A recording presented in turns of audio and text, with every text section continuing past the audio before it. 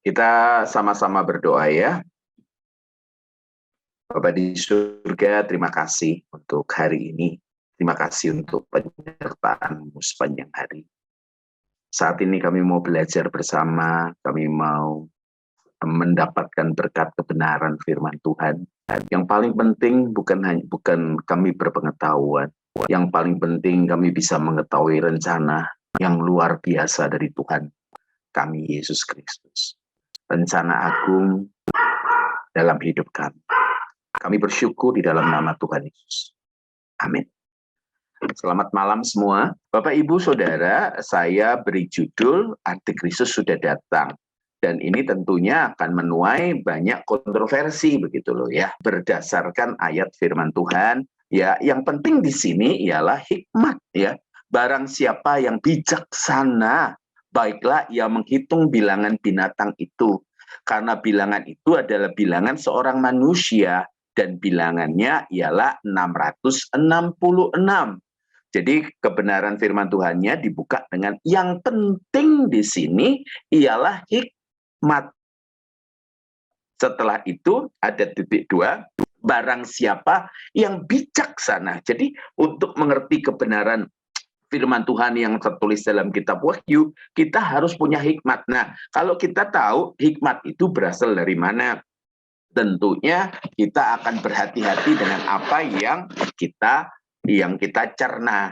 Sebab kenapa? Karena pengajaran ini sudah ditafsirkan beratus-ratus tahun, dan mereka rata-rata mandek di sebuah kebenaran yang sudah tidak bisa lagi ditekuk atau menerima sebuah pemahaman yang baru ya. Apalagi ketika kenyataannya apa yang mereka pelajari itu sebenarnya tidak sesuai, hanya diteruskan dari zaman ke zaman. Beberapa hari yang lalu saya ngajar praise and worship, dan beberapa dari anggota kelas saya ada kata-kata pokoknya. Kalau sudah kata pokoknya, itu menghilangkan nalar, Bapak Ibu Saudara. Nah, Bapak Ibu Saudara, sebenarnya kalau kita mau periksa untuk siapakah Wahyu ini ditulis. Kalau saudara berpijak dari ini saja, saudara akan aman gitu loh ya. Saudara tidak menafsirkan dengan bola api liar yang bisa merambat kemana-mana sehingga tidak ada batasnya. Imaji kita akhirnya meluas kemana-mana dan tidak ada batasnya. Saya tuliskan Wahyu 1 ayat 11. Katanya, ya ini katanya, apa yang engkau lihat, tuliskanlah di dalam sebuah kitab dan kirimkanlah. Jadi ini dibuka di awal surat kepada 7 jemaat ketika ya Rasul Yohanes di Pulau Patmos tahun 8196, dia melihat penglihatan, dia mendengar suara, dan kesemuanya itu dituliskan ya, dituliskan ke dalam kitab. Tetapi saudara mesti ngerti, dituliskannya berdasar apa yang dia lihat, berdasarkan apa yang dia dengar. Setelah itu disuruh nulis, istilahnya kalau zaman sekarang didiktekan, yaitu kirimkanlah kepada ketujuh jemaat. Jadi ada penerima. Penerimanya siapa? Ketujuh jemaat. Ke Efesus, ke Smyrna, satu buku, satu kitab yang berisi surat yang berupa kitab, yang dikirimkan, dituliskan, dan dikirimkan kepada 7 jemaat. Pergamus, Tiatira, Sardis, Philadelphia, dan Laodikia. Perhatikan, penerima ini sangat penting gitu loh. Jadi kalau dari sini saja kita sudah aman. Jadi kalau kita mau lihat ini, maka sudut pandang kita harusnya sudut pandang 7 jemaat gitu. Yang sedang mengalami apa? Dituliskan dan dikirimkan kepada 7 jemaat yang sedang dalam penganiayaan. Bukan penganiayaan karena maling di Indomaret, tetapi penganiayaan karena iman. Karena iman mereka kepada Tuhan Yesus. Siapa yang menganiaya? Pemerintahan Kekaisaran Roma, yang bukan hanya bukan pemerintahan Kekaisaran Roma biasa, tetapi pemerintahan Kekaisaran Roma yang lalim. Jadi ngerti ya? Jadi kita jangan berpikir kemana-mana sampai muncul wah kita lihat ya, dari zaman ke zaman antikristus itu diterjemahkan sebagai sesuatu yang sangat mengerikan, luar biasa, dan dari sudut pandang saat ini. Contohnya seperti ini ya, Wahyu 13 ayat 15-17 ya. Saya akan bacakan buat saudara-saudara simak, lihat di layar.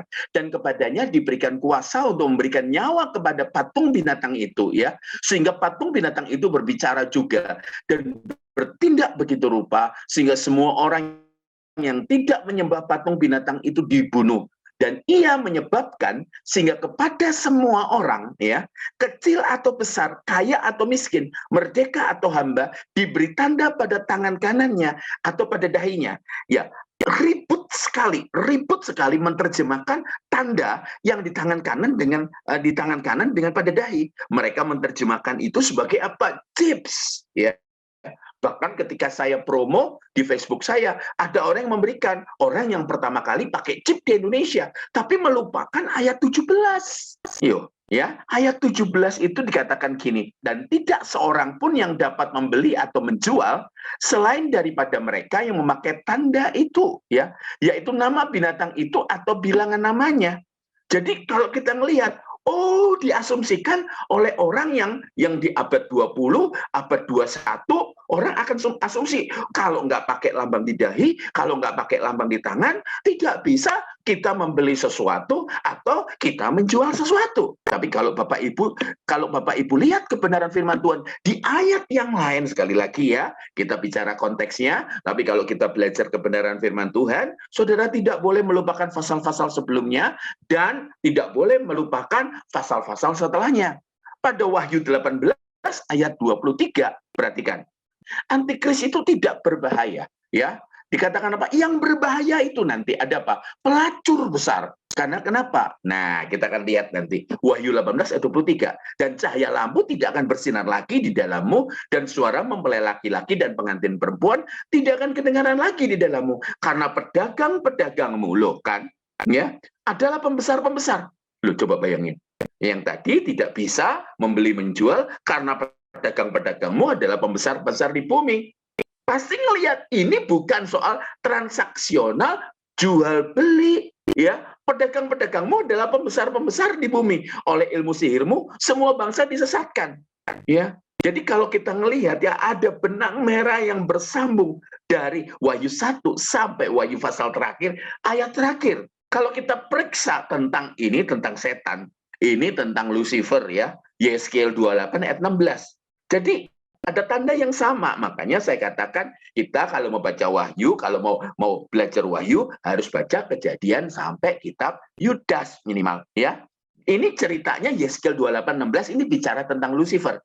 Dengan dagangmu yang besar, engkau penuh dengan kekerasan dan engkau berbuat dosa, maka kubuangkan engkau dari gunung Allah dan kerub yang berjaga membinasakan engkau dari tengah-tengah batu yang bercahaya. Jadi jelas, sebenarnya kalau dilihat dari ayat ini bukan soal tanda di tangan kanan, setelah itu tanda di dahi, ya, soal dagang itu jauh dari chips, ya. Kita udah 1 tahun lebih atau 2 tahun vaksin, saudara. Kita pegang salib, tidak akan menjadikan kita menjadi seperti Yesus, ya. Jangan sampai seperti tetangga kita yang sana, ya. Dengar suara pujian penyembahan, mereka takut jadi Kristen, mendadak jadi Kristen. Bahkan satu kota di dekat stasiun kereta apinya itu, jalannya itu ada junction, bentuknya salib, dibongkar. Kenapa? Karena mereka takut dengan salib itu. Mereka takut jadi kafir gara-gara itu. Nah, kita kan hampir sama dengan mereka yang kagetan, yang karena kita tidak ngerti kebenaran firman Tuhan, terus kita semua yang kita katakan, wah, ini kita bisa jadi antikris. Saudara, pada saat Tuhan Yesus sendiri dicobai di padang gurun, waktu Lucifer itu bicara dengan Tuhan Yesus, kalau kamu sujud menyembah aku, itu tidak serta-merta hanya gerakan badan membungkuk di depannya Lucifer. Tidak. Kata yang dipakai proskuneo itu artinya memberikan hidup, ya. Maka dari itu banyak orang yang sebenarnya menyembah uang, ya. Mereka datang ke gereja untuk menyembah uang. Yesus itu hanya jadi sarana untuk mendapatkan uang, gitu. Makanya yang di pikiran mereka adalah apa? Keuntungan. Kalau ikut Yesus untung. Tuhannya siapa? Uang. Tuhannya uang, ya. Terus kemudian apa? Yesus itu hanya jadi sarana. Kalau orang ke Gunung Kawi, tanya sekarang apa mereka nyembah setan? Bukan. Mereka nggak nyembah setan. Mereka itu nyembah harta kekayaan dan uang. Sarananya adalah apa? Setan. Iya. Bagaimana caranya jual jiwa, atau jual anak, jual istri, jual suami. Seperti itu, makanya banyak orang Kristen gagal paham di sini, Bapak Ibu Saudara. Alkitab itu mencatat kalau dalam Wahyu tidak ada tulisan antikristus, Bapak Ibu. Tetapi dengan penulis yang sama, kitab Wahyu dengan yang ini Yohanes 1 Yohanes 2 ayat 18 bunyinya gini, anak-anakku, ya, ini ciri khasnya Rasul Yohanes. Waktu ini adalah waktu yang terakhir. Nah, perhatikan ya kata bentuk waktunya. Dan seperti yang telah kamu dengar, seorang antikristus akan datang. Sekarang telah bangkit. Waktu yang terakhir, sekarang telah bangkit.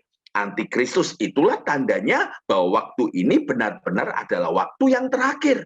Antikristus yang dipakai di 1 Yohanes 2 ayat 18 itu antikristos, ya, bentuknya tunggal, ya. Siapakah pendusta itu? 1 Yohanes 2 ayat 22. Bukankah dia yang menyangkal bahwa Yesus adalah Kristus? Dia itu adalah antikristus, yaitu dia yang menyangkal baik Bapa maupun Anak, itu pun tunggal, ya. Kalau kita ngelihat 1 Yohanes 4 ayat 3, dan setiap roh yang tidak mengaku Yesus tidak berasal dari Allah, roh itu adalah roh antikristus. Dan tentang dia telah kamu dengar bahwa ia akan datang, dan sekarang ini sudah ada dalam dunia. Perhatikan ya, itu namanya juga antikristus, ya, tunggal.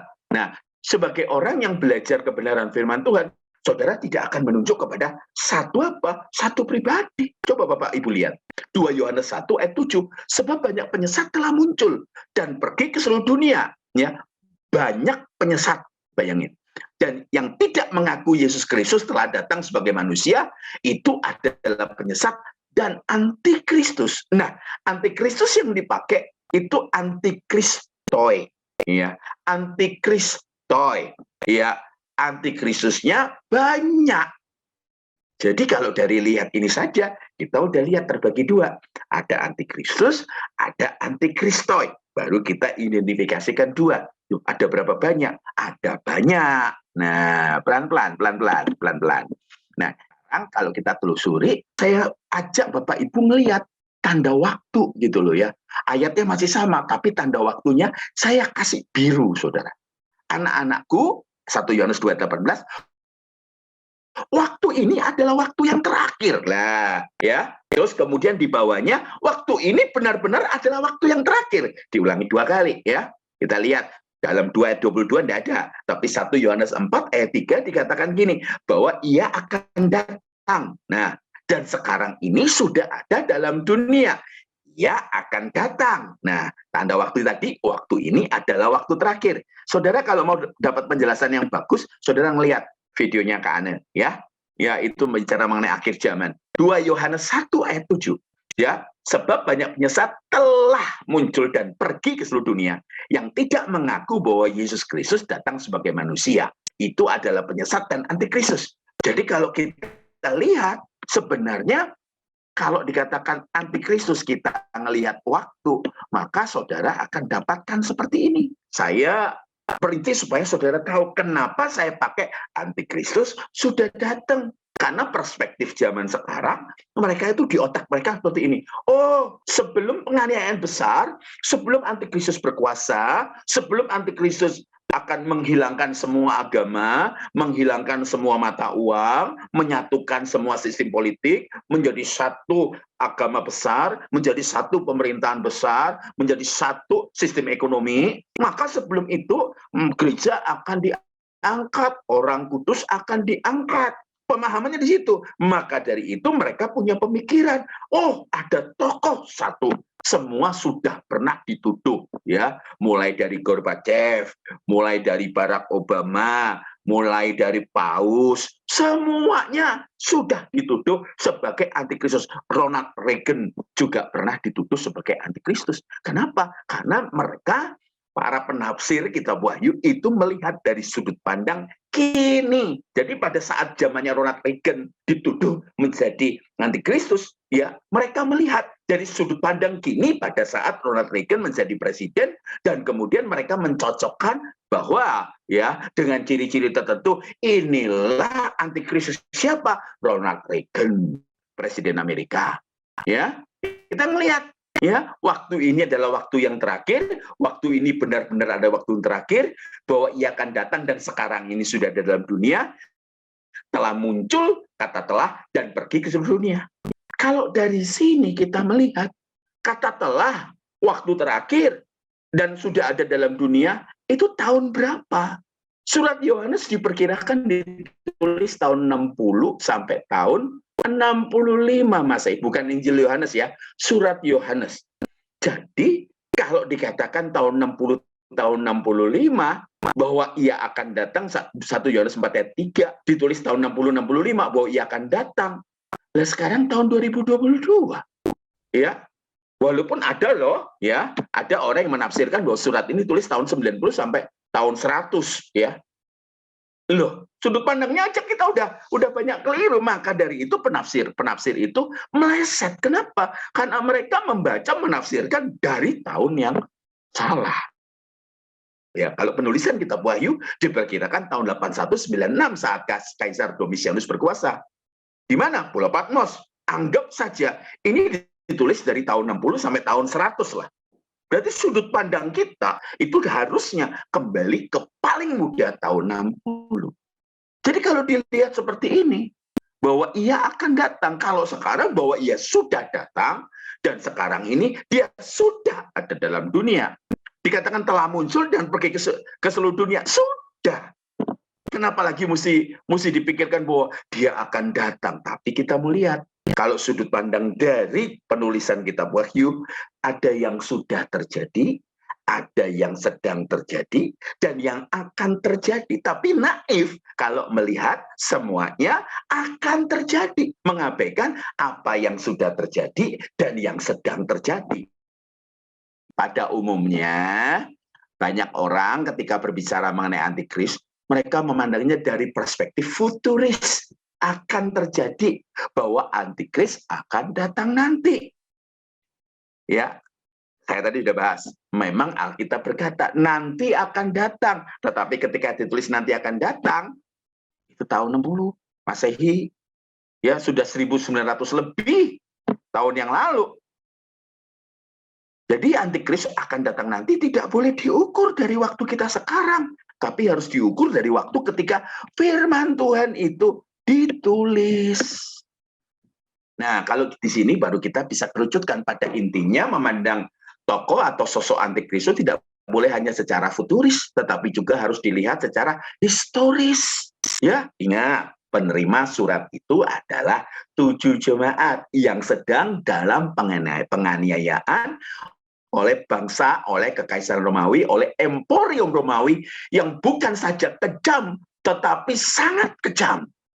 Ya, karena kesalahan melihat waktu ini, banyak orang Kristen akibatnya sebenarnya lebih parah, bukan gagal menafsir siapa antikris, tapi gara-gara gini, nanti antikris akan datang nanti, ya tunggu nanti Tuhan akan datang menjemput gerejanya dan kita akan tidak terkena aniaya.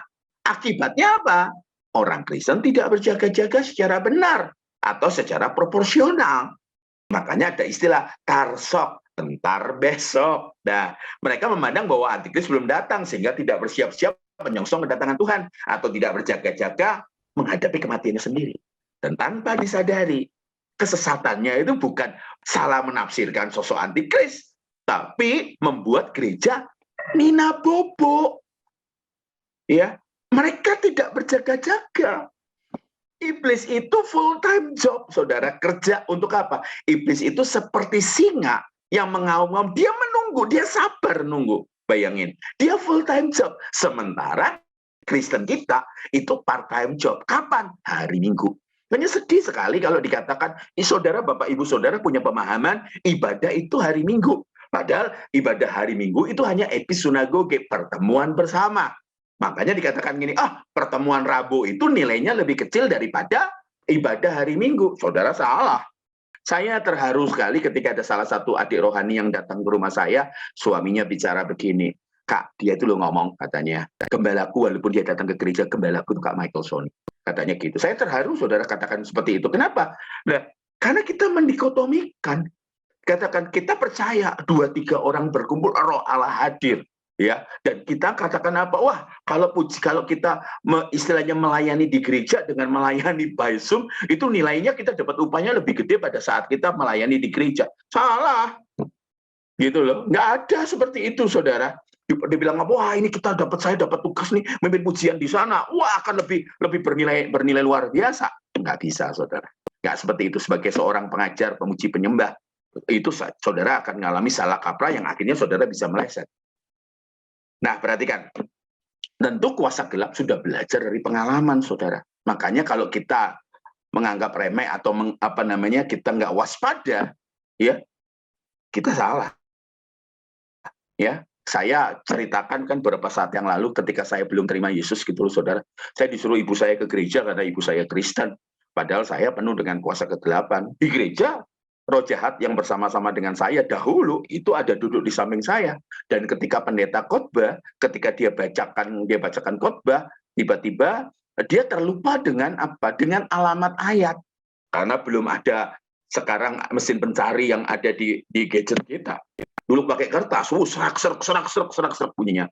Setan yang duduk di samping saya dulu, yang pendamping saya dulu sebelum saya terima Yesus, bicara, oh ayatnya ini, alamatnya ini. Dan tahu saudara, saya kaget, bagaimana kamu tahu? Saya tanya gitu. Lah iya, saya kan lebih tua dari dia, katanya. Ya, pada saat kitab ditulis saya ada. Makanya dari itu, kuasa gelap dari zaman Adam, saudara ngikutin loh ya, mengenai perempuan dan naga, kuasa gelap sudah belajar dari pengalaman. Ternyata penganiayaan fisik tidak memusnahkan orang Kristen, justru malah memurnikan iman Kristen. Bapak, Ibu, Saudara, ya, nggak bodoh orang Kristen itu, saudara, nggak bodoh gitu loh. Wah, gereja ditutup, masuk ke ruko. Gereja ditutup, masuk ke bioskop. Gereja ditutup, masuk ke restoran.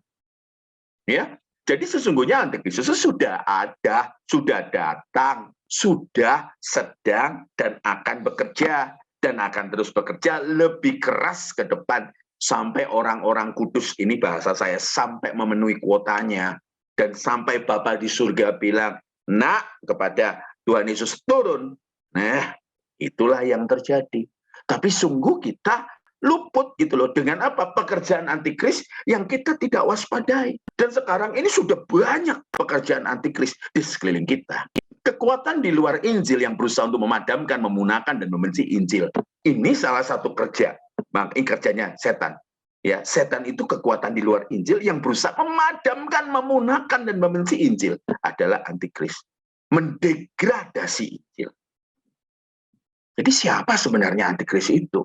Saya lukiskan dengan gambaran yang seperti itu. Dan dia ini master of disguise gitu loh ya. Dia jago nyamar, Bapak Ibu. Kita ini kadang-kala kaget, kita terkaget-kaget dengan hamba Tuhan diurapi, jatuh. Hamba Tuhan diurapi, kok jatuh gitu loh. Dan makin banyak, makin kesini kita ngelihat banyak hamba Tuhan kelas kakap jatuh.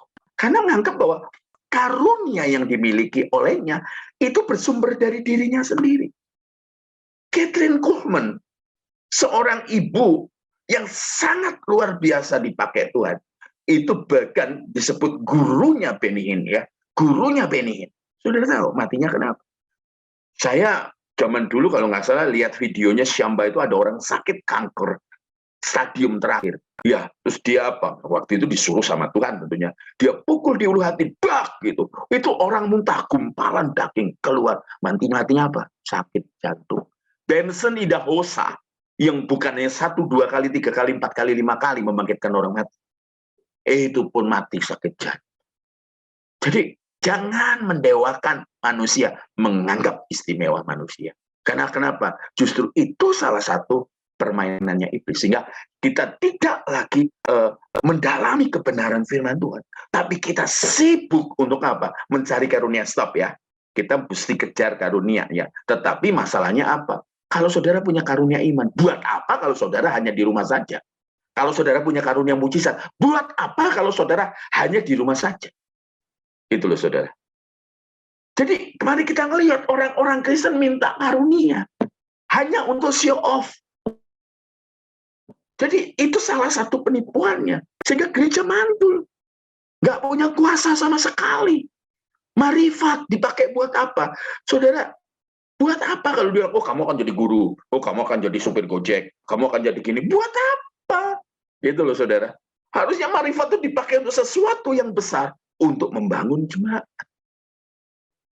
Nah ya, entah siapa yang memulai mengajarkan hingga banyak orang Kristen yang berfokus menanti seorang pribadi antikristus. Seorang. Kalau kita nyebut antikris, makanya orang itu nanti satu pribadi. Mereka mengawat-ngamati, mengkulik sana-sini kebenaran, ya, yang sebenarnya bukan kebenaran, ilmu gadokologi dan cocokologi. Seorang pribadi yang bersifat tunggal. Yang menurut mereka antikristus ini akan memimpin seluruh dunia, membuat masyarakat seluruh bumi memiliki hanya satu agama, satu sistem pemerintahan politik, satu mata uang atau satu currency. Bapak Ibu masih ingat ya, bulan lalu, wah beredar di WA saya dapat lebih dari beberapa kali. Dikatakan apa? PBB benci Kristen dan benci Islam, akan mendirikan sebuah agama baru.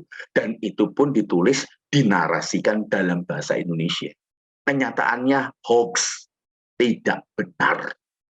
Ya, karena kenapa? Sudah terlanjur keracunan. Diakui tidak diakui, mereka menanti seorang pribadi yang bersifat tunggal. Nah, ini yang terjadi, makanya salah pahamnya di sini gitu loh. Ya, perhatikan. Tunggal, jamak. Antikristus tunggal, antikristus jamak. Nah, siapa antikristus itu? Dia itu menyangkal baik Bapa maupun anak. Saya tulis tadi. Dia itu tidak mengakui bahwa Yesus berasal dari Allah. Siapa antikristus? Dia tidak mengakui bahwa Yesus Kristus telah datang sebagai manusia. Ngotot gitu loh. Jadi kita nanti bisa tahu. Kita bisa tahu. Tapi kalau kita hanya fokus di satu orang saja. Nah itu, sama seperti kuda-kuda. Ada 4 kuda. Kuda putih, kuda merah, kuda hijau kuning, dan kuda hitam. Ya, itu dilihat orang-orang fokusnya di penunggang kudanya. Bukan mengartikan bahwa itu sebuah movement, sebuah peristiwa yang sedang akan terjadi pada zaman itu. Ini loh, makanya berbahayanya kalau menafsirkan seenaknya sendiri itu, saudara. Pada dasarnya, untuk memahami antikris ya, saya rangkum saja. Yang dilawan Lucifer itu adalah semua gerakan yang dibangun oleh anak Allah, yaitu Yesus. Ya, dengan demikian gerakan kuasa kegelapan yang dimotori oleh Lucifer adalah, perhatiin, ini ciri-ciri khas utama antikristos tunggal untuk menentang Yesus sebagai anak Allah yang suatu hari akan menjadi raja di atas segala raja. Ada sebuah gerakan yang selalu sampai hari ini ya selalu mengatakan nggak mungkin kalau Yesus itu anak Allah, nggak mungkin, masa Allah kok berat. Nah, saudara mulai lihat 4 kuda yang kloros, yang hijau pucat. Nah, pedangnya khas Timur Tengah, warnanya bukan kuning tetapi hijau pucat. Pedangnya namanya Makaira. Ya, nah kita lihat ya, mereka adalah komunitas kelompok yang tidak menghendaki Allah anak yang diberi nama Yesus menjadi bagian dari lembaga Allah, yaitu Elohim. Perhatikan, ini antikristos tunggal. Ya, mereka ini paling tidak mengingini ada semacam yang ilahi di samping Allah yang menurut mereka esa, dalam arti monolitik. Mereka memahami esa dalam arti tunggal, bukan kesatuan. Ya, kalau suami istri, ya mereka itu menjadi satu. Itu, saudara, bukan berarti menjadi tunggal, tetapi menjadi satu kesatuan. Suaminya berangkat ke kantor, istrinya ada di rumah atau jadi guru. Tetapi mereka kesatuan. Bukan berarti kalau esa itu tunggal. Ini antikristos. Ini salah satunya. Dahulu dan sekarang juga kelompok mereka masih ngotot. Itulah sebabnya orang-orang Yahudi dengan agamanya juga berusaha memunahkan kekristenan. Karena menganggap Yesus meninggikan diri dengan mengakui dirinya sendiri sebagai anak Allah. Hal itu juga dipandang sebagai menghujat Allah. Makanya tahun 30 sampai tahun 380 ada campur tangan Yahudi. Makanya kita nggak boleh benci Yahudi ya. Ada campur tangan Yahudi untuk membuat orang Kristen masuk dalam penganiayaannya kaisar-kaisar Roma. Menolak Yesus sebagai anak Allah, Allah anak, berarti juga tidak menginginkan penumpahan darah. Ini loh goalnya. Ini yang ditanamkan oleh Lucifer. Ini yang ditanamkan. Sebenarnya dengan tidak mengakuinya Yesus sebagai anak Allah, maka sebenarnya goalnya adalah apa? Ya, penolakan terhadap karya Kristus di atas kayu salib. Penumpahan darah sebagai penghapus dosa. Kalau menolak Yesus sebagai anak Allah, sama saja menolak karya penebusan. Berarti sampai hidup, kalau sampai hari ini, tidak ada pengampunan dosa. Tidak ada corpus delicti. Setan tidak pernah bisa dinyatakan bersalah. Pada kenyataannya, pada saat Yesus mati di atas kayu salib, dia turun ke alam maut, dia ngerebut kunci alam maut dan membebaskan orang-orang yang selama ini menjadi tawanan yang kuasa kegelapan. Bahaya latennya itu. Jadi jangan berpikir, kenapa ya dia kok nolak Yesus sebagai anak Allah? Karena goalnya setan, bukan sekedar hanya penolakan, tetapi di belakangnya mereka berusaha meyakinkan orang-orang tersebut bahwa ya bukan Yesus sekedar ditolak jadi anak Allah, tetapi yang ditolak adalah apa, saudara? Karya penebusan Yesus. Itu saja. Makanya penebusannya Tuhan Yesus dari kayu salib itu momok besar. Itu raksasa besar yang menjadi ketakutannya kuasa kegelapan, Lucifer dengan sepertiga daimonianya. Harus diakui bahwa gerakan Lucifer itu sangat cerdas. Dia sudah dan terus akan membangun berbagai ajaran dan filsafat dan agama yang kelihatannya berbudi luhur, santun rohani, dan berurusan dengan Allah, serta menjanjikan surga bagi para pengikutnya. Tapi pada dasarnya, semua usaha itu menggunakan satu prinsip. Mereka tidak menerima bahwa Yesus anak Allah adalah juru selamat dan Tuhan satu-satunya. Goalnya itu. Jadi kita tuh jangan tersinggung kalau dikatakan masa Allah punya anak. Goalnya itu bukan penolakan sekedar bahwa Yesus itu anak Allah, tetapi di buntutnya adalah penyangkalan penebusan dosa, penyangkalan bahwa Yesus telah mengalahkan kuasa kegelapan. Saudara tahu nggak, di Morotai, salah satu pulau di Indonesia, itu ada orang Jepang, udah kembali sekarang ke Jepang, yang hidup berpuluh tahun. Dia tidak tahu, dia sembunyi, karena pasukannya mati, orang Jepang, masuk pasukan Jepang. Tahu saudara, dia tidak tahu bahwa sebenarnya bahwa Jepang sudah kalah dalam peperangan, gara-gara Hiroshima dan Nagasaki. Jadi dia sembunyi, sampai ditemukan penduduk, dan dia diberitahu, Jepang kalah. Dia kaget. Nah, oleh kedutaan besar, dia diambil dan dipulangkan ke keluarganya. Wah, tentunya keluarganya kaget. Dipikir dia sudah mati. Nah, sama dengan kejadian seperti ini. Sebenarnya penolakan, goalnya adalah apa? Penghapusan dosa. Itu saja. Jadi, saya jadikan 4 nih, saudara. Antikristus itu tunggal. Antikristus itu jamak. Ya, yang kedua itu yang namanya jamak. Banyak, sangat banyak. Tapi bukan hanya itu. Ternyata antikristus itu bisa disebut Mesias palsu atau Yesus palsu. Gitu loh, saudara.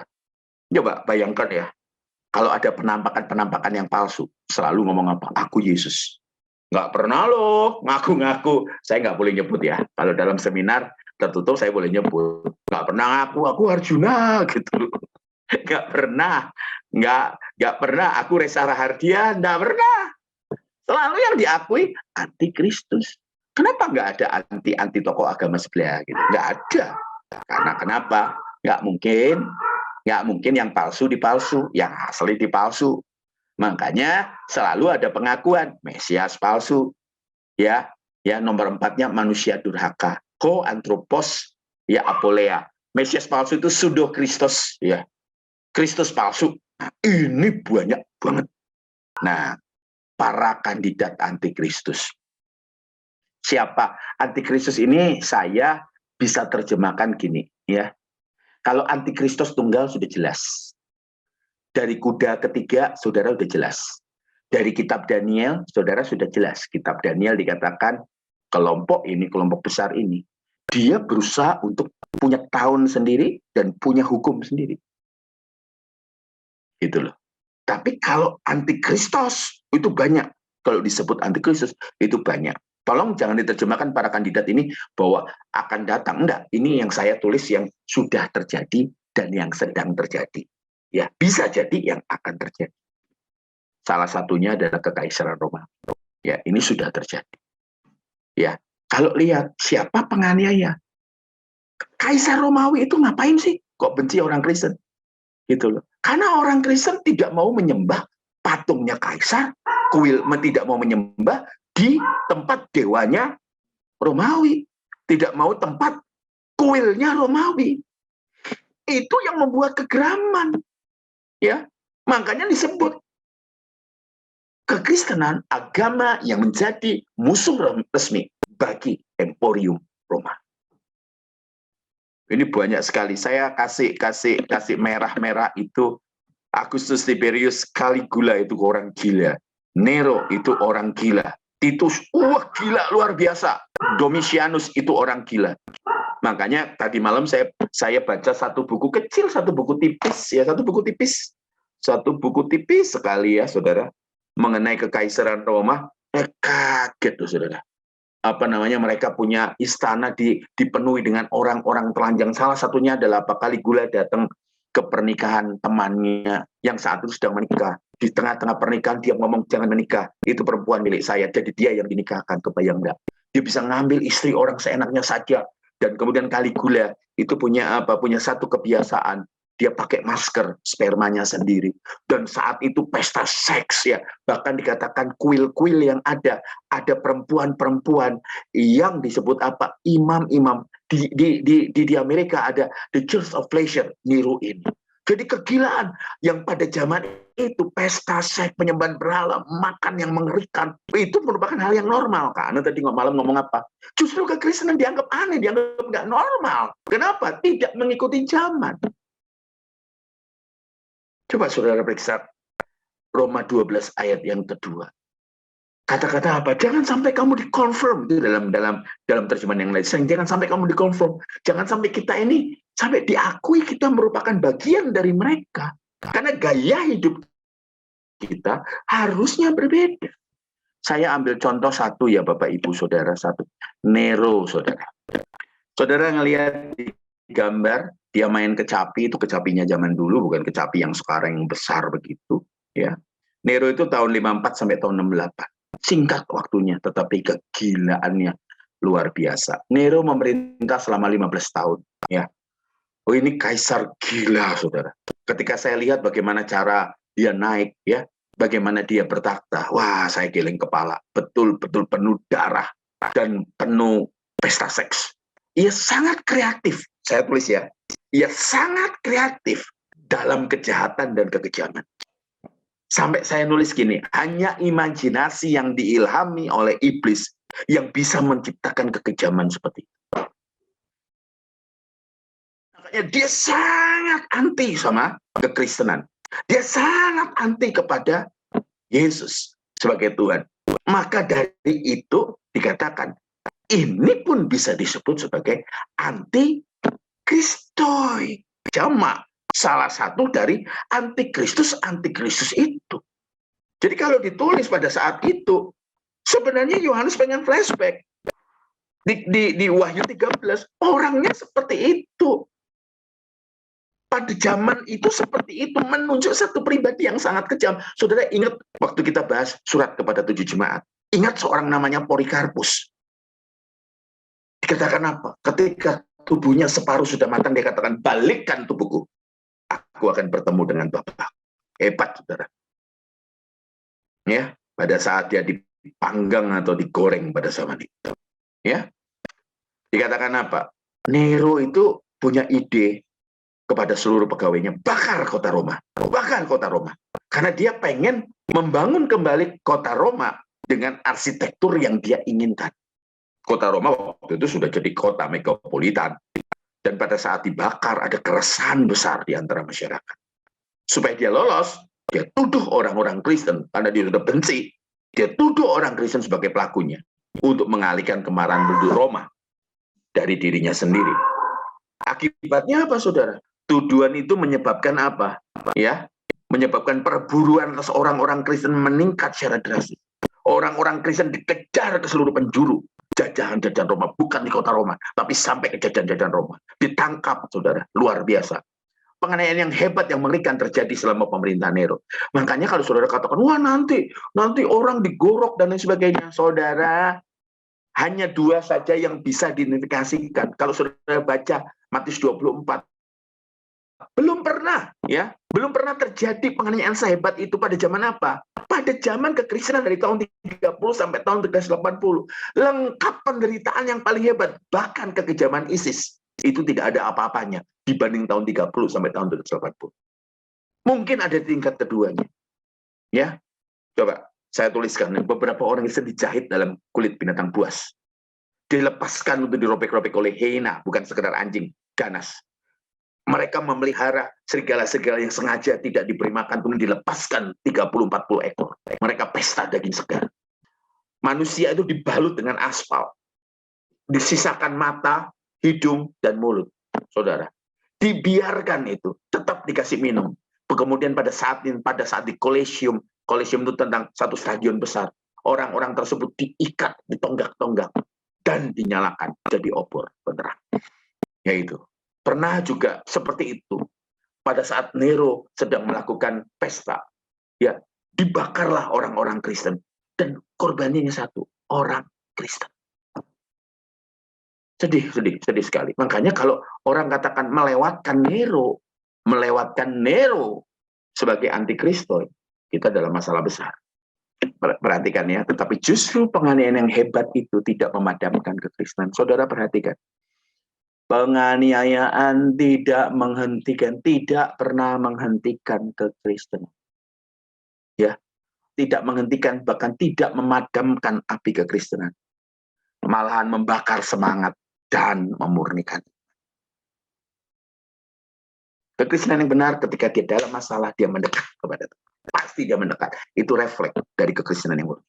Justru kekristenan ketika dalam penganiayaan yang kita umpamakan seperti api, itu hanya akan memurnikan emas. Pada zaman Nero bersama dengan Paulus dan Petrus, beberapa dari 70 utusan yang diangkat Yesus, masih ingat ya? Saudara baca Lukas 10, menjadi martir di Roma.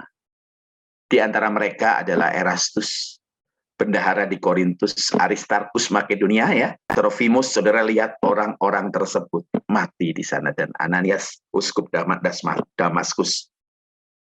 Yang saya ketika nulis ini, saya nangis pada saat saya nulis alinea ketiga. Sebuah peristiwa yang diyakini secara tradisi kekristenan terjadi pada saat Roma dibakar oleh Kaisar Nero. Saat itu Rasul Petrus ada dua versi cerita. Satu maunya sendiri, kedua disuruh pergi, suruh ngungsi oleh apa? Gereja bawah tanah yang ada di Roma. Dan pada saat itu Rasul Petrus ngungsi. Pada saat Rasul Petrus mengungsi keluar kota, di perbatasan kota, ia berpapasan dengan Yesus. Wah, saya salah nulis.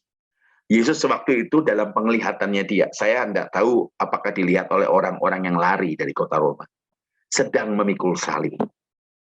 Lengkap dengan mahkota duri, dengan berdarah-darah. Yesus sedang berjalan tertatih-tatih. Fragmen itu pernah dia lihat. Karena fragmen itu menggoncang jiwanya karena dia menyangkali Yesus 3 kali. Pemandangan yang sama dilihat oleh Rasul Petrus. Papasan Petrus menyapa Yesus dengan berlinangan air mata. Dia ngomong sama Yesus dalam penglihatannya. Saya nggak tahu apakah itu penglihatan langsung yang bisa dilihat oleh orang lain, tapi dia katakan sambil berlutut, Kufadis Domini. Kufadis Domini, Kufadis Domini.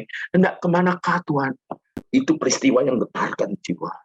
Karena di situ ya, setelah dia nyangkali Yesus, ada percakapan di tepi danau. Ya, waktu dia makan mau dikatakan apa? Petrus, apakah engkau mengasihi? Itu fragmen yang sangat menggetarkan sih. Jadi bahkan pada saat Kufadis Domini, pada saat itu Yesus ngomong pada Petrus, aku hendak ke Roma. Aku hendak mendampingi jemaat yang aku kasih. Saudara masih ingat? Tuhan Yesus titipkan loh jemaatnya kepada Petrus. Makanya oleh orang Katolik, paus pertama itu Petrus. Petrus kembali, tertangkap, dan disalib terbalik. Sedikit lagi ya saudara. Ini lukisan, menurut tradisi yang dicatat oleh Hieronymus, ini Kaisar Nero, sahabat Kaisar Nero. Petrus wafat dengan cara disalib terbalik. Kepala di bawah, kaki di atas di Roma saat pemerintahan Nero. Setelah menolak, jadi pada saat itu dia mau disalib, salibnya sudah ada, dia sudah dipakukan, tinggal diangkat, dia menolak untuk disalib dengan kepala di atas. Kematian Syahid Petrus, Martyrdom of Peter, termuat dalam 3 naskah bahasa Yunani, bahasa Koptik, dalam versi Suryani, Ethiopia, Arab, Armenia, Slaveri. Coba saudara, saya kasih tulisan di bawah. Betapa bahagianya Petrus waktu disalib terbalik. Karena Rasul Petrus diizinkan ikut menderita seperti Tuhannya pernah menderita, hanya dia merasa tidak layak. Sekali lagi saya katakan, penganiayaan, pembatasan, orang Kristen ditekan, terbukti tidak pernah menghentikan. Ini juga menjawab, saudara. Ini yang ribut di YouTube. Wah, orang Katolik pakai salib terbalik tuh. Paus Yohanes waktu itu pakai salib terbalik. Katolik pernah dituduh tanpa dasar bahwa mereka antikristus karena di kursi kebesaran Sri Paus ada lambang salib terbalik. Memang salib terbalik adalah lambang dari para pembenci Yesus dari zaman ke zaman, termasuk gereja setan. Tapi lambang salib terbalik yang dipergunakan Katolik bukan lambang satanik atau lambang pembenci Yesus, namun lambang dari salib yang dipilih oleh Rasul Petrus saat dia dihukum mati oleh Kaisar Roma. Ini teladan, saudara. Dia tidak pernah merasa layak untuk disalib biasa. Dia pilih untuk disalib terbalik. Makanya orang Kristen itu jangan manja ya. Para martir, Yohanes dibuang ke pengasingan Pulau Patmos, kita udah tahu. Setelah dihukum mati, Rasul Yohanes tidak mati. Dia mati dalam keadaan tua. Stefanus dirajam, mati oleh orang banyak. Yahudi pelakunya. Matius dipenggal kepalanya sampai mati di Persia. Markus, ya, tubuhnya diseret hidup-hidup di Alexandria. Ya, oh ini luar biasa ini. Bahkan sampai tulang-tulangnya pun sering dipindah-pindah. Ini hebat. Tubuhnya hancur, tersayat-sayat, batu tajam di jalan. Bukan aspal, saudara. Batu makadam. Ini luar biasa. Lukas, penulis Lukas, kisah para rasul, katakan meninggal pada usia tua. Tapi mengalami banyak penyiksaan di penjara selama masa pelayanan. Filipus disalib. Salibnya biasa. Simon disalib. Bartolomeus, ya, dihukum cambuk sampai kulitnya hancur dan terlepas. Ya, luar biasa. Thomas, ini Thomas si peragu ya, meninggal di India setelah badannya ditarik dan dipisahkan, diikat tangan kiri kanan, terus kemudian kaki kiri kanan, dan kemudian kepalanya, dan kuda Persia itu dilepas bareng dan tubuhnya. Saudara, ini teladan. Kalau Yesus nggak bangkit, nggak mungkin orang-orang ini berani mati seperti ini. Makanya yang berusaha digagalkan oleh kuasa kegelapan adalah keilahian Yesus Kristus. Ya, kemanusiaannya Yesus Kristus. Karena tujuannya adalah penggagalan proyek keselamatan oleh penebusan Yesus. Itu kuncinya. Itu kunci yang jadi kebencian. Kenapa? Kematian Yesus, ya, kebangkitannya jadi mimpi buruk buat setan. Karena pada saat itu, ya, pada saat iblis dikalahkan di kayu, artinya bisa digelar penghukuman bagi kuasa kegelapan. Sebagai yang terakhir, Yakobus dipenggal oleh Raja Herodes, disiksa, tapi tidak pernah menyangkal Yesus, ya, dan terus berusaha menjadi saksi Kristus. Hebatnya, salah satu pengawal, salah satu pendamping, seorang Romawi, seorang senturion, mendampingi Yesus. Dia kaget, saudara. Lihat iman yang teguh, lebih kuat menderita daripada seorang senturion. Akhirnya dia memutuskan diri untuk menerima Yesus. Yakobus, saudara Yesus, dilempari sampai mati. Jadi kalau ada orang berkata begini, oh Yesus ditolak oleh saudara-saudaranya sendiri. Yakobus, saudara Yesus, dilempari sampai mati. Gara-gara iman. Andreas juga meninggal dengan cara disalib seperti Petrus Yunani. Sebelum meninggal, ia disiksa dengan cambuk tergantung di kayu salib. Ada perkataannya gini, ternyata keinginan cita saya bisa terkabul. Ya, Dia ngomong gini, ternyata keinginan cita-cita saya bisa terkabul, di mana saya bisa turut merasakan saat-saat disiksa dan disalib seperti Yesus. Hebat ya? Jadi teladan, saudara. Jadi kalau orang-orang ngomong, nanti akan ada penderitaan, nanti akan ada penganiayaan, lupa toh. Kalau orang Kristen sudah dianiaya, bahkan di negara-negara yang menolak Injil sampai hari ini, masih ada penganiayaan. Saya tuh menunggu saatnya untuk ngajar pada saudara mengenai pelacur besar. Karena di dalam kuda-kuda, itu hanya sepertiga isi bumi. Gerakan ini yang menolak Yesus sebagai anak Allah. Yang paling besar pengaruhnya. Para raja-raja tadi berdagang. Itu seluruh dunia. Meliputi juga yang sepertiga itu. Si pelacur besar. Ya, ini Thomas yang lain. Dihujani tombak. Terus kemudian dilempar ke perapian. Yakobus anak Alfius dilemparkan dari bubungan bait Allah. Persis di tempat di mana Yesus pernah dicobai oleh setan. Yudas ya diikat di sebuah tiang, ini bukan Yudas Iskariot, kemudian dipanah oleh bukan satu orang tapi oleh ratusan. Matias mengerti Yudas Iskariot dipenggal kepalanya Yerusalem. Saya pikir saya cukup ya. Saya belum selesai mengenai antikristos ya. Tadi saya bilang mengenai apa? Antikristoi. Nanti antikristos saya taruh untuk supaya kita terbuka. Jadi kalau antikristus sudah datang, sudah. Antikristus sudah datang. Enggak, sudah. Antikristus sudah, sedang, dan akan.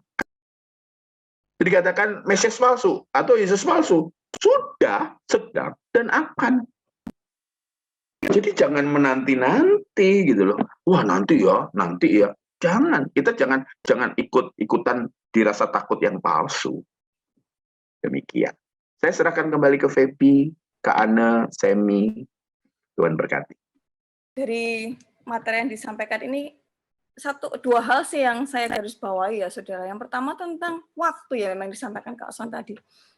Waktu disampaikan tadi saya juga flashback ya, bahwa dulu sebelum saya tahu kebenaran ini, dulu tuh saya ada di dalam pikiran saya itu yang namanya antikristus itu nanti. Yang namanya antikristus itu ya penganiayaan. Jadi waktu dulu SMP, SMA itu sampai kepikiran begini, Tuhan, kira-kira aku bisa sampai kuliah nggak ya? Aku nggak mau dia lama-lama, kenapa? Soalnya nanti nggak mau sampai aku tuh masuk di dalam masa penganiayaan. Aduh, serem gitu katanya ya, toh. Jadi kepikiran kita itu, saya percaya semua punya pola seperti itu ya dulu ya, bahwa antikristus itu nanti belum datang. Jadi nanti sebelum Tuhan datang nanti kita akan mengalami yang namanya penganiayaan. Nah, kita semua berharap jangan sampailah kita masuk penganiayaan lah. Lebih baik diangkat Tuhan dulu deh sebelum mengalami namanya zaman antikristus. Bener nggak? Bener ya saudara ya? Nah, saya rasa itu semua yang pernah kita tangkap gitu loh. Dan malam hari ini kita semua dibukakan bahwa ternyata nggak seperti itu. Bahwa yang namanya antikristus sudah ada, sedang ada, dan akan ada gitu loh. Nah,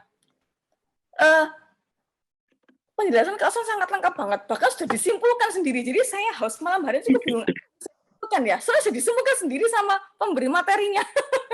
Jadi memang saudara, poin yang pertama kita harus memahami bahwa yang namanya antikristus sudah ada ya. Jadi bukannya nanti bakalan berapa tahun lagi gitu. Yang namanya antikristus itu cuma yang penganiayaan secara fisik tok. Karena saya dulu nangkapnya gitu, saudara. Waduh, nggak mau Tuhan disiksa-siksa Tuhan. Aduh, nggak mau sampai kelaparan. Aduh, nggak mau. Maksudnya sampai dibunuh-bunuh pakai pedang, ngeri amat gitu ya, kayak gitu ya. Terus yang kedua tentang itu tadi, siapakah antikristus itu ya, saudara? Dulu kita pikirnya kan antikristus ya itu ya Lucifer itu, tapi ternyata banyak, ada 4 yang disebutkan sama Kak Son tadi ya. Dan saya rasa dari yang disampaikan nanti akan menimbulkan banyak pertanyaan lah buat kita. Atau mungkin ada yang mau share apa yang saudara pahami dulu dan ternyata sekarang dibukakan, oh ternyata kayak gini ya, itu sudah bisa bagikan ke kita semua lah ya. Oke, kalau gitu seperti bacain pertanyaan yang masuk ya. Ini ada pertanyaan dari Kak Laura. Kemunduran kekristenan Ini diakui dan menjadi agama di Roma sampai masa saat ini.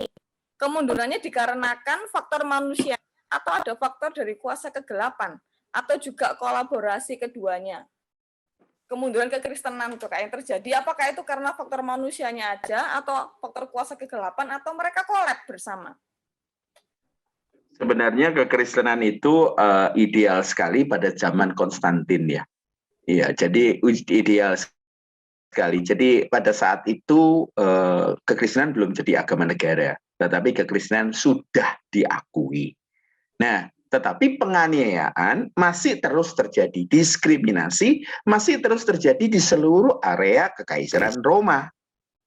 Nah, tetapi pada zaman Kaisar Theodosius Agung, kekristenan menjadi agama dan jeleknya dimunculkanlah sebuah dekret yang mengharuskan semua agama yang ada di bawah Kaisaran Roma harus convert menjadi Kristen. Kuil-kuil yang ada harus menjadi tempat ibadah Kristen.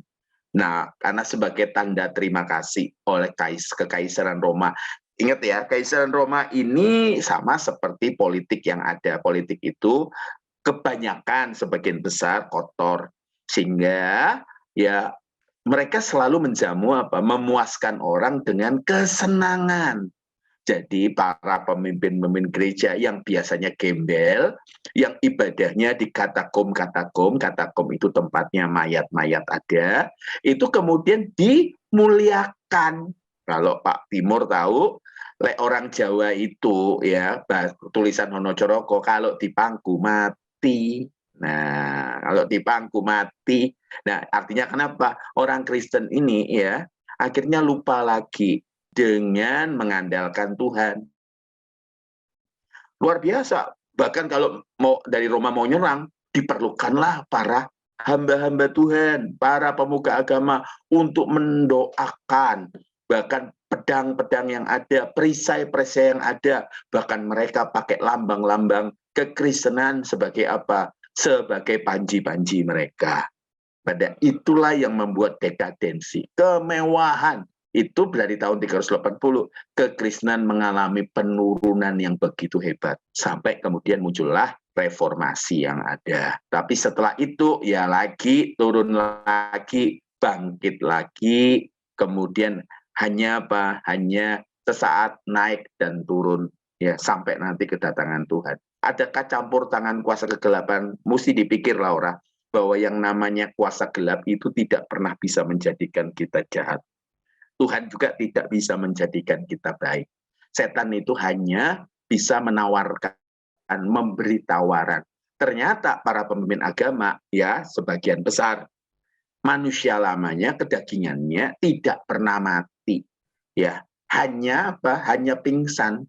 Jadi dengan tawaran sedikit saja membuat mereka siuman. Dan itulah yang menyebabkan selalu ada campur tangan kuasa gelap. Saya ingat seorang yang sangat hebat di dunia ini, nggak apa-apa kalau saya sebut ini, karena sudah jadi rahasia publik, namanya Ted Haggard.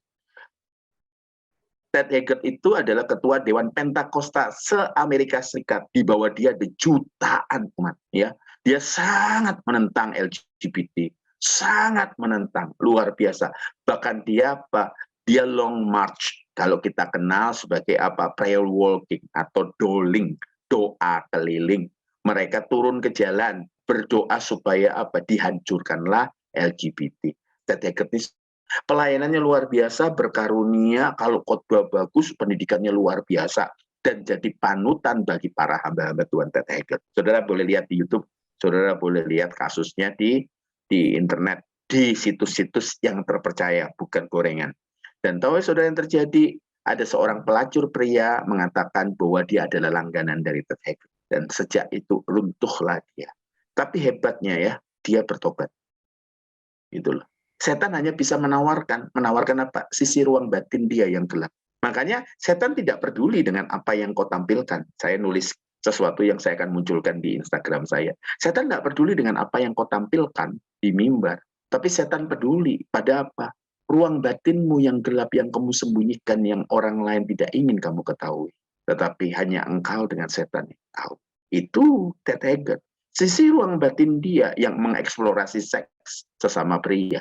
Itu yang dimunculkan. Saya masih ingat pada saat itu. Semua jemaat itu pengen dia katakan bahwa itu tidak benar. Dan seluruh jemaat percaya 100% bahwa gembalanya tidak seperti itu. Tahu yang terjadi? Dia ngaku bahwa dia salah. Dia minta ampun dan minta digembalakan. Hebat, saudara. Dia turun, saudara tahu ketika dia turun, jemaatnya baris, tepuk tangan. Dan dia diterima sebagai jemaat. Sampai hari ini, dia tidak melayani. Makanya, kekristenan itu harusnya seperti itu. Kekristenan itu waspadai dengan apa? Keinginan tersembunyi. Pengen jadi gereja paling besar, pengen jadi hamba Tuhan paling ternama, pengen diakui. Dia akhirnya taking profit. Saya masih ingat gembala saya ngomong begini, 1 kali kamu dicobai sama iblis, kedagingan kamu, kodrat dosa, kamu menang. 2 kali kamu menang, 3 kali kamu menang, 4 kali kamu menang, sampai beberapa kali kamu menang. Itu kodrat dosamu mati. Nah, para pemimpin zaman itu, Laura, itu kodrat dosanya nggak pernah mati, hanya tidur. Karena memang nggak ada kesempatan berbuat dosa. Tidak ada kesempatan berbuat dosa. Begitu ada kesempatan berbuat dosa, lepaslah monster itu. Waspada. Makanya yuk, kita sama-sama bertumbuh ya. Hati-hati. Kalau itu muncul monster kita lepas, wah ngeri, saudara. Kayak teman saya lah, teman saya. SMA, pemimpin persekutuan, perguruan tinggi, pemimpin persekutuan, PD Kampus. Terus kemudian ketika kerja, masih officer biasa, itu pun jadi pemimpin persekutuan kampus. Hidupnya berubah ketika dia jadi manajer, hidupnya berubah ketika jadi director, hidupnya berubah ketika jadi CEO. Istrinya nangis-nangis, ternyata kenapa? Suaminya nyimpen kuntilanak di dalam apartemen mewah. Ketika teman-teman tanyai, dia katakan, kenapa sih kamu kok seperti itu? Kaget lah teman-teman, termasuk saya. Dulu saya belum bisa beli, sekarang saya bisa beli. Ngeri ya, ternyata waspada dengan monster kita. Setan tidak tertarik dengan apa yang kita tampilkan untuk mempesona orang lain di mimbar. Tapi setan peduli dengan apa yang kita sembunyikan dalam ruang gelap hati kita. Waspadai. Karena satu ketika monster itu akan bangkit dan melahap kita. Thank you, Feb. Kak, ada pertanyaan lagi. Tadi kan dijelaskan tentang antikristus itu ada 4 ya. Salah satunya tentang manusia durhaka. Siapa yang dimaksud dengan manusia durhaka ini, Kak? Apakah orang yang sudah Kristen, mengaku Yesus, tapi tingkah lakunya seperti orang durhaka? Kak Ana mungkin bisa bantu untuk menjelaskan manusia durhaka ini. Yang pertama, di seluruh zaman itu ada manusia-manusia yang durhaka yang menentang Yahweh. Misalnya ya, saya pernah bagikan, saya buka aja di sini. Manusia durhaka ini ada tipologi antikristus.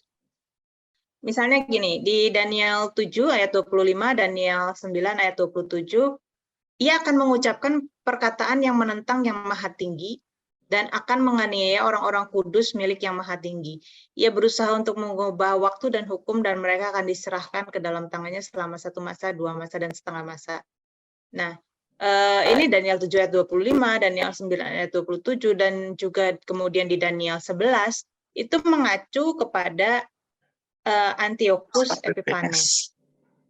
Ya, jadi di setiap zaman, dari zaman ke zaman, itu ada tipologi atau model ya dari manusia durhaka, yaitu orang yang merasa dirinya paling tinggi, paling berkuasa di dunia, dan tidak takut akan Allah, dan menganiaya umat Allah. Nah, itulah model manusia durhaka itu seperti itu. Atau misalnya di Matius 24 ayat 15 sampai 22 itu adalah nubuat tentang Jenderal Titus nanti menghancurkan. Kemudian juga di 1 Yohanes dan di kemudian kitab Wahyu itu adalah antikristus. Nah, jadi seperti apa sih manusia durhaka itu? Ya manusia yang melawan Tuhan. Manusia yang menentang Yahweh dan umatnya. Siapa umatnya? Yahweh. Ya, yang pertama adalah orang Israel, yang kedua adalah orang Kristen. Nah, itu seperti itulah manusia durhaka. Nah, kalau misalnya nubuat di dalam Daniel, itu sudah dipenuhi di dalam kemunculan Antiochus Epiphanes. Antiochus Epiphanes ini sekitar tahun 164 ya dia meninggalnya ya, 164 sebelum Masehi dia meninggalnya. Tetapi dia berkuasa mulai sekitar tahun 179 sebelum Masehi. Nah, dia datang ke Yerusalem dan kemudian menajiskan bait suci dan melarang orang-orang Yahudi untuk beribadah. Dia juga membunuh orang-orang Yahudi yang melawan dia. Nah, ini jadi nubuatan di Daniel 7, Daniel 9, dan Daniel 11 itu sudah digenapi. Tetapi bukan berarti itu nggak ada hubungannya dengan antikristus. Ada hubungannya adalah seperti inilah model-model, ya tipologi, seperti inilah ciri-ciri manusia durhaka itu dari zaman ke zaman. Yang keji, yang kejam, seperti misalnya tadi, Kak Soni contohin misalnya Nero. Ya Nero memang seperti itu, tidak bermoral, ibunya sendiri dia bunuh, istrinya sendiri dia tendang, dia bunuh, terus dia cari laki-laki yang mirip dengan istrinya, dan dia kemudian jadikan itu istrinya. Dia bunuh mamahnya, mamahnya mengkawinkan dia dengan seorang perempuan, dia bunuh istrinya, dia racun istrinya, kemudian dia kawin sama istri yang kedua namanya Popea. Popea ini kemudian waktu hamil ditendang perutnya terus mati. Terus kemudian dia cari orang yang mirip dengan Popea ini, mengebiri dia dan kemudian menikahi dia. Itu dia adalah orang yang gila gitu. Yes, ini tadi sudah Kak Soni gambarkan ya, dan memang itu seperti orang-orang Roma pada saat itu. Dia itu biasa mandi bersama bocah-bocah dan dia melakukan, kalau orang sekarang bilang itu adalah pedofilia gitu ya. Tapi orang-orang Romawi pada saat itu ya biasa gitu. Di pemandian mereka sama anak-anak kecil, itu mereka biasa melakukan itu. Nah, terus kemudian dia menuduh orang Kristen membakar kota Roma, padahal dia sendiri yang membakar kota Roma, dia melakukan penganiayaan. Selain itu juga ada kaisar-kaisar yang lain yang menganiaya orang Kristen. Nah, inilah tipologi dari manusia durhaka. Selalu memusuhi umat Allah, selalu menentang Allah. Selalu menentang Yesus adalah Mesias. Dan sampai sekarang orang Yahudi juga menolak kemesiasan Yesus. Tadi saya tampilkan foto ya, menampilkan gambar Kaisar Roma itu dia punya sakit jiwa, punya penyakit jiwa yang luar biasa. Pada saat kota Roma terbakar, itu dia main kecapi loh. Dia main kecapi dengan memainkan lagu-lagu dan ada satu kepuasan. Ada satu kepuasan luar biasa dan satu kepuasan juga melihat apa? Lihat penyiksaan ketika orang-orang Kristen disiksa. Dia antikristo. Antikristo apa? Tipologinya itu siapa? Ya Nero. Bahkan 666 itu kalau dilihat gematrianya Neron Caesar. Neron Caesar, Kaisar Nero. Ya, jadi kita ngelihat gambaran jelas. Jadi jangan menantikan, tadi Feby berani terus terang ya bahwa apa? Aduh Tuhan, jangan sampai ini, jangan sampai itu ada lebih ajaran yang salah lagi. Dikatakan apa? Nanti kalau zaman Antikristus orang masih bisa selamat dengan cara apa? Mengorbankan nyawanya sendiri. Ya ampun. Tidak ada. Sekarang aja tidak ada penganiayaan, orang nggak jaga hidup kok, apalagi nanti ada penganiayaan, ya. Sekarang aja hujan aja nggak ke gereja kok, gitu loh ya. Apalagi nanti ada penganiayaan. Jadi walaupun dunia sekarang semakin beradab ya, tidak ada lagi dunia yang tidak beradab seperti zaman dulu ya. Penguasa dunia itu, penguasa negara itu bisa menganiaya rakyatnya semena-mena, bisa menangkap, terus juga menghukumnya itu dimasukkan ke dalam koloseum atau stadion gitu ya, ditonton rame-rame, diserbu binatang buas, diadu dengan gladiator. Nah sekarang dunia kan semakin beradab, nggak ada tuh yang penguasa gila kayak gitu ya. Kalau ada juga ya mungkin masih tinggal Korea Utara ya, satu aja, secuil aja, dan tempatnya juga, negaranya juga kecil aja gitu ya, bukan seluruh dunia yang luas pada saat ini ya. Nah, peradaban dunia itu sudah maju, jadi sangat kecil kemungkinannya dunia itu akan mundur ke dalam peradaban seperti zaman dulu gitu, karena peradaban dunia semakin maju, terus udah gitu juga pemahaman tentang hak asasi manusia dan sebagainya itu juga nggak akan mundur lagi ke belakang. Nah, dikit-dikit kan sekarang orang mempertahankan hak asasi. Nggak mungkin lah ada suatu pemimpin negara yang demikian kejam lalu menguasai seluruh dunia ini. Tetapi walaupun tidak ada penyiksaan fisik seperti 2000 tahun yang lalu, kita harus memiliki militansi yang sama dengan pengikut Kristus mula-mula. Walaupun tidak ada aniaya fisik yang sama, tetapi kita harus memiliki militansi yang sama, semangat yang sama, rasa cinta akan Tuhan yang sama. Ya, nah kalau mereka itu rela menyerahkan nyawanya, kita pun harus rela menyerahkan nyawa dalam tanda kutip seluruh keinginan kita, seluruh hidup kita persembahkan bagi Tuhan. Tentu dengan cara yang berbeda, ya, tetapi semangat yang sama. Nah, saya kira itu. Silakan, Feby. Semuanya jelas ya rasanya. Masih banyak ini pertanyaannya. Cepat ya. Silakan. Proses antikris itu murni campur tangan dari kuasa jahat atau memang ada rencana Tuhan di dalamnya? Jadi memang ada rencana Tuhan gitu loh, bahwa nanti akan ada antikris gitu loh, Kak. Nah, silakan, Kak. Tuhan itu tidak pernah merencanakan kejahatan. Tuhan kita tidak pernah menciptakan iblis. Tuhan kita tidak pernah menciptakan setan. Jadi sekali lagi dikatakan nggak ada. Sebenarnya tidak ada. Justru karena ada kuasa kegelapan, maka dari itu Yesus mati di atas kayu salib untuk menebus dosa. Tetapi dunia ini harus diakhiri. Harus ada pemisahan antara orang benar dengan antara orang saleh dengan orang salah. Jadi kalau ada campur tangan kuasa kegelapan, berarti dia mastermind-nya. Kalau kita lihat mundur, ada orang-orang kudus, ada peperangan antara orang-orang kudus. Orang-orang kudus itu jangan mikir bahwa, ada orang-orang kudus, itu lambang dari jemaat. Itu gambaran daripada jemaat. Nah itu. Ngerti ya? Jadi kalau dikatakan Tuhan menyerahkan. Tuhan menyerahkan. Masih ingat peristiwanya mengenai Ayub? Tuhan mengizinkan. Karena tahu ada kualitas yang luar biasa. Tetapi tetap dalam kontrol Tuhan. Ingat, segala sesuatu boleh dijamah. Tetapi ada satu, nyawanya. Nggak boleh. Makanya, kalau Tuhan izinkan, tentu Tuhan melihat kualitas. Justru karena Tuhan izinkan, Tuhan tahu sebelumnya kualitas luar biasa. Tapi toh justru akhirnya muncul sebuah cerita yang luar biasa mengenai Ayub. Peristiwa hebatnya iman Kristen waktu dianiaya. Sampai sekarang gaungnya. Saya punya satu buku namanya Fox Martyr. Itu mencatat martir dari tahun 30 sampai tahun 1999. Orang-orang yang mati karena martir. Saudara yang pengen tahu, saudara Google Voice of Martyr, saudara akan dapat update siapa saja yang mati. Tetapi ingat, kelompok ini kadang-kadang suka melebih-lebihkan segala sesuatu ya. Jadi juga kita jangan melihat secara ini ya, secara gegabah. Wah ini, karena Indonesia juga masuk dalam laporan seperti itu. Monggo, Feb. Ini ada tanggapan dari YouTube, dia bilang begini, bahwa setan tidak bisa merongrong Tuhan, makanya setan merongrong manusia untuk melawan Tuhan. Sebentar, Feb. Merongrong Tuhan. Tapi dikatakan para pendakwa kita, sebelumnya masih ingat ya, di Wahyu 12, sebab telah dilemparkannya para pendakwa kita. Ini setan pernah teriak-teriak loh di hadapan Allah mengenai 3 orang yang tidak mengalami kematian. Siapa? Henok, Musa, dan Elia. Gitu loh. Ya, ngerongrong surga gitu loh. Ngerongrong surga itu. Karena mendakwa itu punya aku, itu punya aku, itu punya aku.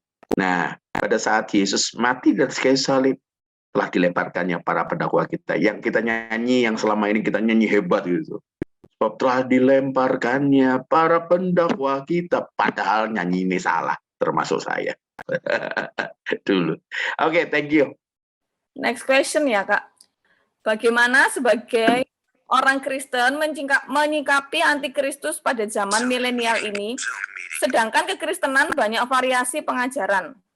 Jadi gimana kita menyikapi antikristus, Kak, di zaman milenial ini? Karena banyak ajaran yang bervariasi gitu loh. Ya. Variasi boleh macam-macam, tetapi asal tetap berpusatkan. Kalau kita sepeda, ada asnya. Asnya harus Injil. Tetapi kalau makin ke sini, makin jauh dari Injil, makanya kita sebut apa yang kita ajarkan itu Injil murni, karena memang itu seperti yang Yesus ajarkan. Ya, pikul salib, sangkal diri, dan bayar harga, terus lewatin jalan sempit, kematian, kodrat dosa, dan lain sebagainya. Kembali ke kita. Kembali ke kekristenan yang benar seperti yang Tuhan Yesus ajarkan. Karena sekarang sudah banyak dimodifikasi, harganya sudah sudah diturunkan. Kalau harga 100 ya 100 gitu loh. Jangan dibuat lunak jadi 99,5 ya. Seperti itu, Feb. Jadi kalau berbagai pengajaran melihat antikris, kalau kita melihat antikris sebagai sesosok yang belum datang, kita akan fine dengan santai. Tetapi kalau kita lihat antikristos, antikristoi, anthropos apolea dengan apa? Pseudokristos. Ya, makanya kita jadi waspada. Ternyata apa? Setan antikristus masuk di pengajaran. Banyak pengajaran-pengajaran yang dalamnya adalah apa? Tipis sekali. Ya, seakan-akan itu kebenaran. Makanya saya catat tadi, ada banyak filsafat, ada banyak aliran yang seakan-akan dari Tuhan. Contohnya satu buku yang dipopulerkan oleh Oprah Winfrey, The Secret. Itu terjadi. Itu buku kontroversi. Buku itu secara luar biasa. Tapi kalau kita teliti, ada siapa di baliknya? Ya, ada Luciferian, ada kuasa kegelapan di dalam. Seperti itu. Jadi kita mesti tegas. Masalahnya adalah orang Kristen nggak senang belajar. Minggu yang lalu saya mimpin apa? Minggu yang lalu saya mimpin KKR. Kan pemimpin pujiannya bagus ya, pemimpin pujian memain musiknya modis, celana pendek dengan hem panjang putih itu jeans ya, genjreng gitu. Ayo kita loncat karena Tuhan senang loncat. Saya ngomong kalau kita hanya sekedar loncat tapi hidup kita nggak berubah, saya kasih tahu, pocong aja lebih jago meloncat daripada kita. Saya ngomong gitu, pocong aja jago loncat-loncat. Kalau hanya sekedar loncat-loncat, tapi hidupmu nggak berubah, apa bedanya kamu sama pocong? Contohnya seperti itu. Ya. Ya, ini masih ada 2 pertanyaan, gabung jadi satu aja, Kak. Jadi, satu orang ketinggalan gitu pertanyaannya. Ini di Tesalonika 2, Kak, perikopnya tentang kedurhakaan sebelum kedatangan Tuhan. Kedurhakaan telah mulai bekerja, tapi sekarang masih ada yang menahan. Yang dimaksud yang menahan di sini apa ya, Kak? Dan apakah kisah di perikop ini sudah terjadi atau histori karena ada tanda-tanda mujizat yang dilakukan? Kemudian juga disebutkan si pendurhaka akan dibunuh dengan nafas mulutnya. Apakah istilah nafas mulutnya ini figuratif atau harfiah? Sebentar ya, saya lagi buka. Jadi ini, nah, dikatakan apa? Dan sekarang kamu tahu apa yang menahan dia, sehingga ia baru akan menyatakan diri pada waktu yang telah ditentukan baginya. Ya, ini dikatakan, kalau yang menahannya itu telah disingkirkan, pada waktu itulah pendurhaka baru akan menyatakan dirinya, tetapi Tuhan Yesus akan membunuhnya dengan nafas mulutnya. Ya tentu figuratif. Ya, tentu dengan figuratif, bukan di gitu, bukan. Terus, kedatangan si pendurhaka adalah pekerjaan iblis dan disertai rupa-rupa perbuatan ajaib, tanda-tanda, dan mujizat-mujizat palsu. Dan rupa-rupa tipu daya terhadap orang-orang yang harus binasa karena mereka tidak menerima dan mengasihi kebenaran yang dapat menyelamatkan. Jadi dikatakan yang dapat menahannya. Ada beberapa aliran, beberapa termasuk gembala saya dahulu yang mengajarkan ini yang nahan adalah kuasa Roh Kudus. Tetapi kalau lebih dalam saya akan bahas ini pada saat saya bahas mengenai anthropos apolea pada 3 minggu depan. Ya. Kayak tadi yang Kak Ana sampaikan mengenai itu, mengenai manusia durhaka, itu sudah paparannya udah bagus. Itu di video yang mana ya Kak Ana? Di akhir zaman Kak Sony. Di akhir zaman ya. Sabar ya Den, untuk nanti itu kita akan bahas ya. Thank you. Pak Timur, silakan. Iya, selamat malam. Terima kasih. Sebenarnya pertanyaan saya ini sudah dijawab tadi, tipis-tipis gitu sudah dijawab sama Kak Sony. Tapi serasanya malam hari ini seperti reuni mengingat kebodohan kita menunggu opini tentang seorang antikris itu ya. Nampaknya kita banyak yang sepaham dengan itu. Sehingga padahal saya sepagi sampai semalam tadi sebelum mulai, saya tahu asam lambung saya naik, dengar itu tiba-tiba asam lambung saya sembuh. Wah, saking kagetnya, itu bukan karena mujizat, saking kagetnya saya. Kok yoga menalirkan pemercaya seperti itu.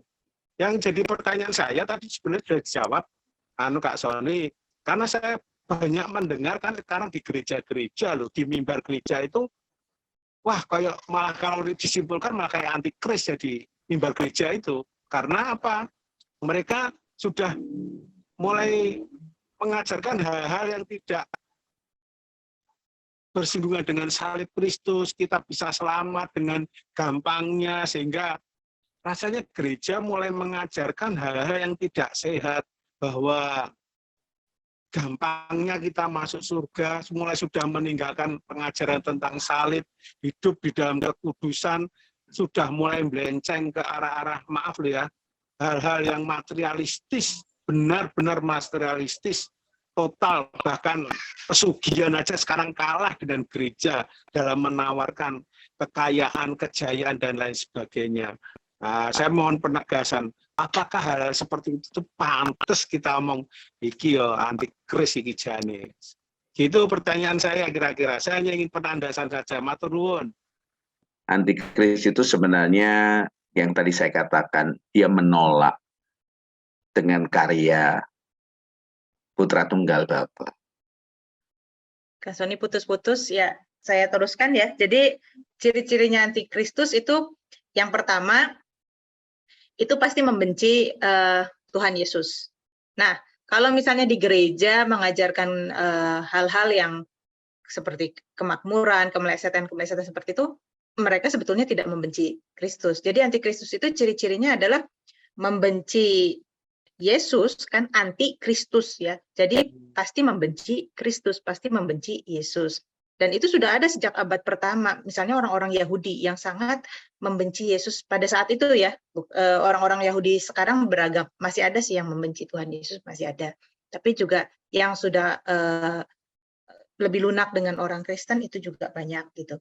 Yang pertama membenci Yesus, menolak Yesus sebagai Mesias. Yang kedua menganiaya umat Tuhan, menganiaya umat Tuhan. Nah, kalau di gereja ada pengajaran-pengajaran yang salah, yang memang membuat kita tidak fokus kepada Injil yang benar, itu bukan antikristus, tetapi itu bisa digolongkan sebagai nabi palsu, ajaran-ajaran yang salah. Misalnya seperti itu, Pak. Jelas. Iya, tadi putus Pak, maaf. Jadi misalnya Elia itu dua kali, Elisa itu 2 kali lipat dari Elia. Anggap aja Elianya 4, kalau Elisa ya 2 kali lipat. Setelah itu apa? Tentu Gehazi luar biasa. Tetapi apa? Kodrat dosanya, manusia dagingnya, itu luar biasa. Padahal dia dekat seorang nabi yang luar biasa, si Elisa. Dan gara-gara apa? Gara-gara kasus Naaman. Dia ambil uang yang sebenarnya tidak disuruhkan oleh. Sebenarnya kenapa sih sampai ditolak? Karena Tuhan mau punya standar. Jadi dia dicoba dibelokkan. Pembelokan ini loh, hamartia ini loh. Ada pembelokan yang tidak fatal. Contohnya ya tidak akan membuat kita sampai tidak masuk surga. Tetapi pembelokan ya akan membuat membuat kita tidak mencapai apa yang diinginkan Tuhan. Gitu loh. Tidak sampai huios, Pak. Tidak sampai jadi anak-anak Allah, Pak. Tidak betul-betul jadi pangeran Allah, jadi putra-putri kerajaan Allah. Gitu loh, Pak. Jadi tidak mencapai, tidak duduk sehidangan dengan Tuhan Yesus. Itu yang paling saya takutkan kalau di gereja. Melesetnya orang-orang yang dikejar itu apa. Jadi kekristenan sekarang yang mungkin diajar Pak sampai tidak level antikristus sampai membuat dirinya berubah gitu sama sekali sampai jadi benci Tuhan. Mungkin tipis-tipis sampai meleset. Tidak mencapai keinginan Tuhan kita Yesus untuk bisa Pak ikut memerintah bersama dengan Tuhan Yesus. Itu kan fatal. Iya, dan usaha nabi-nabi palsu atau pengajar-pengajar palsu yang tidak mengarahkan jemaat kepada keserupaan dengan Kristus ini juga adalah salah satu upaya iblis menyesatkan orang Kristen supaya apa? Supaya waktunya dia di dunia ini lebih lama. Penghukumannya dia itu nggak cepat-cepat terjadi. Kenapa? Karena diperlukan jumlah yang genap. Ya kan di Wahyu 6 itu dikatakan sampai berapa lama lagi ya penguasa yang kudus darah kami tidak dibalaskan. Terus dijawab sampai genap jumlah kawan-kawan sepelayanan yang mati seperti kamu. Juga di surat Petrus dikatakan betapa suci dan salehnya kamu harus hidup, yaitu kamu yang mempercepat kedatangan hari Tuhan. Nah justru orang-orang yang menjadi serupa dengan Kristus itu mempercepat kedatangan hari Tuhan. Mempercepat kedatangan hari Tuhan berarti mempercepat penghukuman bagi iblis. Nah, orang-orang yang suci dan saleh ini, yang mempercepat kedatangan Tuhan ini, kalau di Wahyu 6 itu diperlukan jumlah yang genap. Di Wahyu 7 dan Wahyu 14 ada kata 144.000. Apakah itu harafiah atau bukan? Saya katakan bahwa diperlukan jumlah tertentu orang-orang yang betul-betul menyerahkan hidupnya sepenuhnya buat Tuhan. Nah, jadi supaya iblis ini tidak cepat-cepat dihukum dan pengikutnya yang sama-sama dihukum dengan dia semakin banyak, maka dia juga salah satu upayanya adalah dengan mengarahkan fokus kekristenan yang berbeda, gitu. Iya, jadi kemelesetan itu yang ngeri, Pak. Jadi kedatangan Tuhan Yesus delay ya gara-gara itu, Pak. Gitu. Yang diuber, saya pun ikut prihatin kok, Pak, dengan ajaran yang nggak karu-karuan. Maaf ya, sinyalnya hari ini ya Bapak Ibu ya, di tangan saya ini ada yang ngukur tes kecepatan terus. Gitu. Silakan, saya kembalikan ke Feby. Ya, tetap dalam doa saja, Kak Sony. Sudah Tutup dalam doa. Baik kalau gitu. Kita berdoa ya sama-sama. Tuhan, terima kasih untuk apa yang kami belajar pada malam hari ini. Membuat kami waspada. Ada campur tangan kuasa kegelapan di sekitar kami. Yang kami pelajari yaitu harus Injil murni, seperti yang Tuhan Yesus ajarkan, supaya kami bisa membedakan manakah yang dari Tuhan dan manakah yang bukan. Terima kasih Tuhan menjadi bagian kami, menjadi bagian bagi tubuh Kristus, sehingga kami juga akan bisa memberkati orang lain dengan kebenaran. Walaupun kebenaran itu mungkin punya potensi untuk ditolak, tetapi kebenaran ini juga akan menyembuhkan mereka yang selama ini keracunan dengan banyak pengajaran yang tidak sesuai dengan Engkau, dengan apa yang Kau ajarkan. Hamba mintakan berkat untuk Bapak, Ibu, Saudara yang hadir pada malam hari ini. Engkau berkati pekerjaan mereka, Engkau berkati kuliah mereka, Engkau berkati apa saja yang mereka sedang, usaha mereka yang sedang mereka upayakan untuk kehidupan. Diberkati Tuhan. Kami percaya di dalam nama Tuhan Yesus. Amin. Amin.